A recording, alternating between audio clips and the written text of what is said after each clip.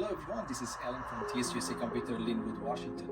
If you have a computer OMEN HP desktop and you are looking for take off the front panel and back panel, I can show you how you can do that. There is a chassis over here. You can see over here internal access. You can push it in and then the panel just pops up and then you can slide up and then you can remove the there is a screw over here, so as you can see, after remove the front panel, you can unscrew this, and then when you unscrew this here, you can access to the back door and then remove it. As you can see, let me show you.